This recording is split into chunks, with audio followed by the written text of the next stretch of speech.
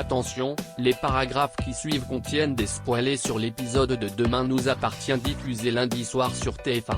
Si vous ne voulez rien savoir, ne lisez pas ce qui suit.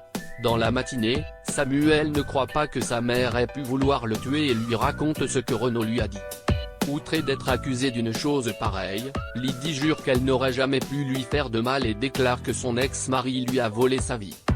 Bien qu'elle n'ait pas pu le voir grandir, Samuel se dit très heureux de l'avoir retrouvée et promet de ne plus jamais la quitter.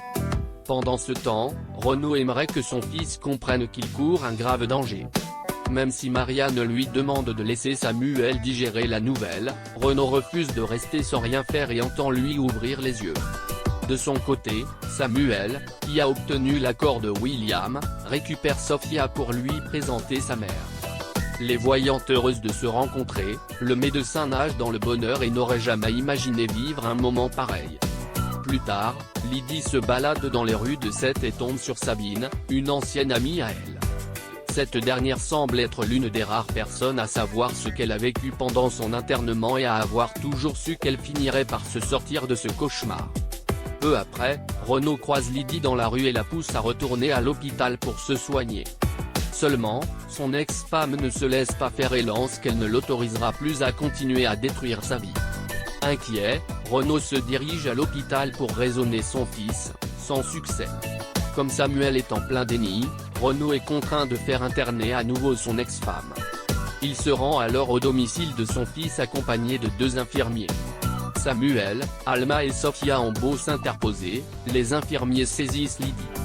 Soulagé que cette histoire soit désormais derrière eux, Martin remercie Virginie d'avoir toujours cru en lui et de ne pas l'avoir laissé tomber.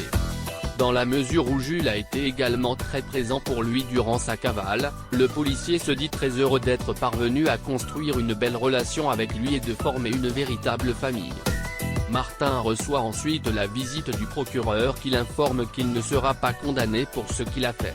Martin en profite alors pour lui parler de Chloé. Après lui avoir présenté ses excuses pour avoir été à l'origine de leur rupture, Martin affirme que Chloé est une femme rare.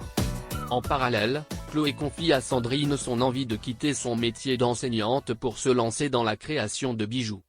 Son amie ayant toujours été assez créative, Sandrine la voit bien faire cela et est convaincue que ça peut marcher. Cette dernière essaie de dessiner les bijoux qu'elle a en tête mais n'excelle pas dans cette discipline. Plus tard, Xavier tombe sur Chloé au spoon. Le procureur s'assoit alors à sa table puis lui donne quelques conseils pour améliorer son coup de crayon. Bart et Louise ne cachent plus leur amour, ce qui semble mettre mal à l'aise Mathilde et Aurélien. Pour crever l'abcès, la mère de famille pousse ses enfants à lui dire ce qu'ils ont sur le cœur. Tandis que Mathilde n'a pas apprécié qu'elle leur mente, Aurélien quant à lui n'a pas aimé surprendre sa mère au lit avec un homme. Devant leurs nombreuses questions sur son couple, Louise se montre honnête et raconte comment elle s'est mise avec Bart. En fin de journée, Bart aimerait partager le même lit que sa compagne maintenant que leur relation est officielle, mais Louise ne pense pas que ce soit une bonne idée car elle n'a aucune envie de brusquer ses enfants.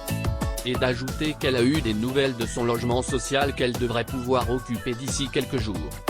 Même si Bart souhaiterait vivre avec elle, Louise le prie d'être un peu patient. Au cours du dîner, elle annonce à ses enfants qu'ils vont bientôt pouvoir déménager. Toutefois, Aurélien et Mathilde jugent cela inutile maintenant qu'elle est en couple avec Bart puis se chamaillent pour récupérer la chambre de Louise.